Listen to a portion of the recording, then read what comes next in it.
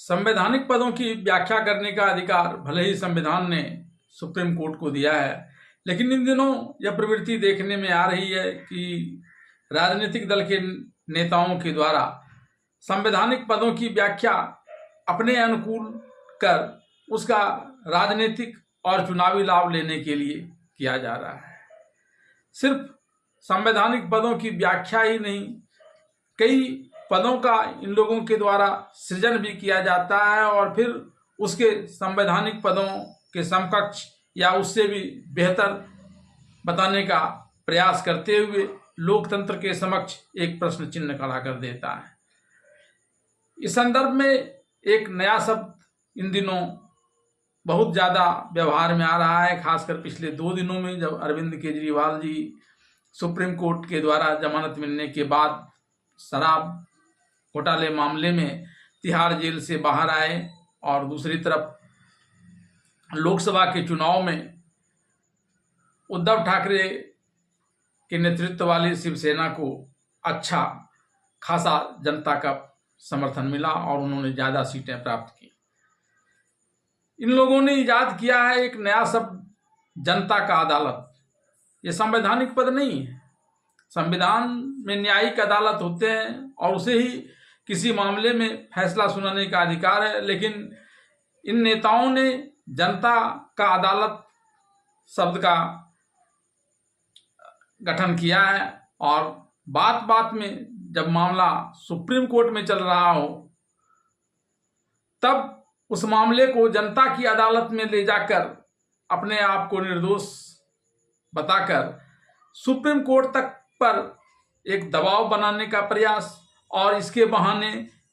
चुनाव में राजनीतिक लाभ लेने का प्रयास किया जा रहा है। आइए जानते हैं इन संदर्भों को और फिर हम सारी बातों को जनता के विवेक तक पहुंचाना चाहेंगे ताकि जनता इस बात पर निर्णय करे कि क्या इन नेताओं को वास्तव में इस प्रकार से किसी मुद्दे को इस तरह से हमारे संविधान के प्रचलन से हटते हुए प्रचलित करना एक न्यायपूर्ण कार्य है या फिर इस पर जनता को ही आगे कुछ करना होगा।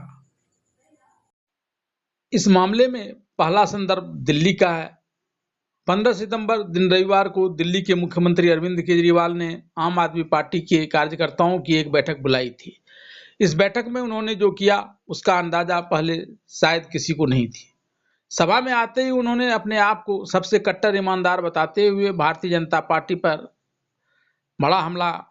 करते हुए कहा कि उन्हें एक साजिश के तहत केंद्र की नरेंद्र मोदी सरकार ने आबकारी मामले में जेल भिजवाया है, उनके ऊपर घोटालेबाज होने का आरोप लगाया है। ऐसे में मैं 2 दिन के अंदर मुख्यमंत्री के पद से इस्तीफा देकर जनता की अदालत में जाऊंगा। अगर जनता को लगेगा कि मैं ईमानदार हूं तो मुझे चुनाव में जीत दिलाएंगे। जब तक जनता मुझे आगामी चुनाव में जीत नहीं दिला देता है तब तक मैं मुख्यमंत्री की कुर्सी पर नहीं बैठूंगा। गौरतलब है कि शराब घोटाला मामले में अरविंद केजरीवाल को हाल में ही सुप्रीम कोर्ट से जमानत मिलने के बाद 170 दिनों तक तिहाड़ जेल में रहने के बाद वे जेल से बाहर आए हैं। इसके बाद कौन बनेगा दिल्ली का अगला मुख्यमंत्री, चर्चाओं का रुख इस तरफ मुड़ गया है, लेकिन हम अपने आप को इससे दूर रखें और चलें दूसरे संदर्भ की तरफ, जहां नेताओं ने संवैधानिक अदालत और जनता की अदालत को आमने सामने लाकर खड़ा कर दिया है। यह दूसरा संदर्भ महाराष्ट्र से जुड़ा हुआ है। रविवार 15 सितंबर का ही दिन था। छत्रपति शिवाजी संभाजीनगर में आयोजित रैली के दौरान शिवसेना यूबीटी के प्रमुख उद्धव ठाकरे ने पहले तो सीजेआई पर तंज कसते हुए कहा कि हम सभी जानते हैं कि प्रधानमंत्री नरेंद्र मोदी मुख्य न्यायाधीश के आवास पर पहुंचे थे और उसके चलते उन्हें देश भर से आलोचना का सामना करना पड़ा था। हालांकि मैं सीजेआई का धन्यवाद करना चाहता हूं कि पीएम मोदी उनके घर आ सकते हैं, इसलिए उन्होंने गणपति बप्पा को अगली तारीख ही नहीं दी। इसके बाद उन्होंने कहा कि हम शिवसेना के तौर पर ही नहीं बल्कि एक पार्टी के जरिए कोर्ट से न्याय मांग रहे हैं। हम जानना चाहते हैं कि इस देश में लोकतंत्र जिंदा रहेगा या नहीं। उन्होंने कहा कि हमें न्यायपालिका पर भरोसा है, लेकिन अगर न्याय समय पर नहीं मिला तो हमारे पास जाने के लिए एक और बड़ी अदालत है और हम इस मामले में जनता की अदालत में जाकर वहां न्याय की गुहार लगाएंगे। अब इन दोनों संदर्भों से यह निष्कर्ष निकाला जा सकता है कि जनता की अदालत की बात कहकर दरअसल अरविंद केजरीवाल और उद्धव ठाकरे सुप्रीम कोर्ट पर उनके विरुद्ध चल रहे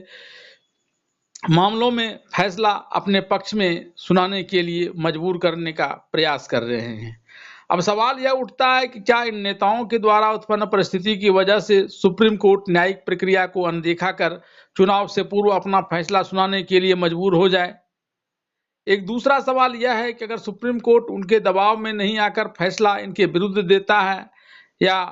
फैसला उनके विरुद्ध जाता है, क्योंकि न्यायपालिका की अपनी एक प्रक्रिया होती है, तमाम तरह के तर्क दिए जाते हैं और तब फिर डिसीजन लिया जाता है, और ये अगर इन दोनों नेताओं के विरुद्ध चला जाता है और जनता का अदालत का फैसला इनके पक्ष में जाता है, यानी जनता चुनाव में इन्हें जिता देती है, तब इसी को आधार बनाकर अगर ऐसे ही इन लोगों ने पॉपुलैरिटी स्कैम करना शुरू कर दिया, इस बात की दुहाई देना प्रारंभ कर दिया कि जनता ने तो उन्हें निर्दोष सिद्ध कर दिया है और कोर्ट ने केंद्र सरकार का फेवर करने के लिए मेरे विरुद्ध फैसला दिया है, तो फिर क्या देश में एक बड़ी संवैधानिक संकट उत्पन्न नहीं हो जाएगा? क्योंकि संविधान ने